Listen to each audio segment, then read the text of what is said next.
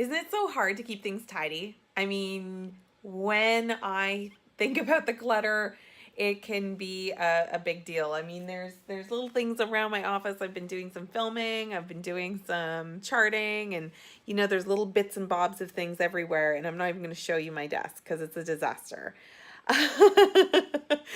However, I still want to talk about tidying up because I am here on a Sunday morning. I'm waiting for some video to render that I have been editing. So I got my video editor cap on, and I was just thinking about all the cutting I had to do and all of the work I had done in terms of what I had said in these videos that wound up on the cutting room floor. And I'm not feeling at all charged about it. And I credit Marie Kondo and her book, The Japanese Art of Tidying Up, as giving me one of the key ideas that lets me do that and feel okay. I can actually get rid of almost anything that does not spark joy because of this book. And that's really one of the tenets of the book. See, I'd read a lot of organization books. How do you get things done? How do you have a really organized life? Because it makes a lot of sense. You'd be a lot more efficient. It would be a lot nicer to hang out where you are. However, every time I would go tackle the get rid of stuff thing, I found things didn't really shift or change much. And it wasn't until I read that book and I started reading some of the ideas. Now, Marie Kondo's got some ideas about the nature of things and their role in your life that maybe might strike some people on my blog as being a bit woo-woo. I really encourage you, though, to please just read anyway and be open to the ideas, because one of the most important things is, what do you do with things that you're deciding don't spark joy? They don't give you that happiness. They don't give you that sense of that fulfillment in your life. How do you let go of those things and still be okay? And the answer is by expressing gratitude.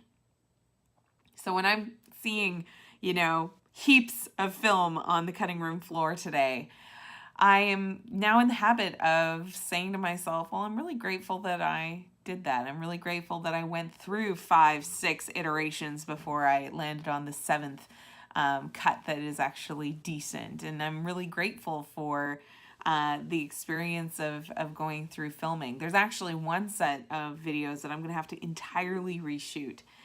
And the idea of expressing my gratitude to the experience was that I got to release that and be okay. And there are things in my life that I released about a year ago that, well, I'll be more specific. I'll be less vague than that. Like, when I was leaving my corporate job, I was feeling a lot of attachment to the investment that I had made in that career, to the expectations perhaps that others might have had for me in that career, because I still really, really care for them, and I didn't want it all for them to be disrupted or hurt by my decision. And so all that stuff was just pulling on me, while simultaneously I was being pulled in this direction to serve in a different way in my own business as a coach. And it wasn't until I read that book and I started practicing this idea of, when you release something, you express gratitude. When you let it go, you express gratitude. That it made it easier to let go of it and be okay and confident and kind of keep things in the right perspective. Because I'll tell you what, the world did not fall or crumble apart when Amanda Kaufman left that company. I'm sure that I am still missed by some, but the truth is that people do find a way and move on. And it's I think we kind of build up in our minds that we're gonna be the cause of this disaster if we stop, or we're gonna be the reason that things don't work out, or we're gonna make life so hard for other people because we're not there. And the truth is that it's possible that they turned around and they hired someone that's even better than me at that, right?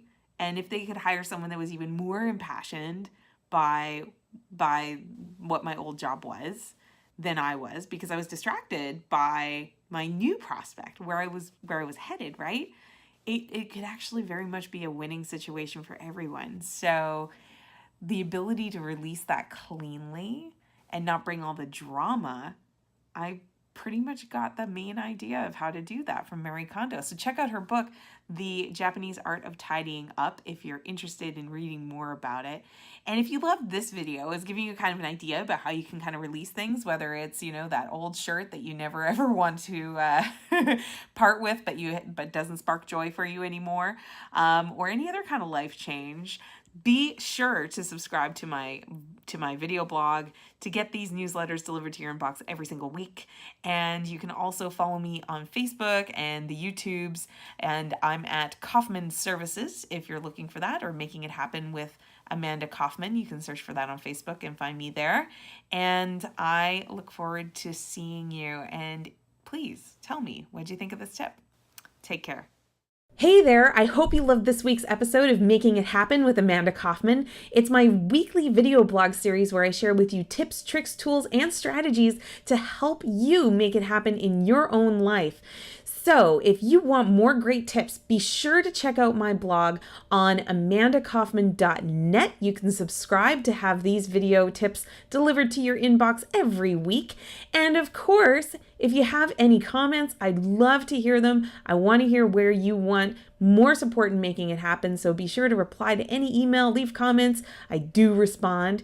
And of course, you can follow me on Facebook, Twitter, Instagram, and YouTube if that's more your jam. Very happy to see you each week. So take care and have a great one. We'll see you next week.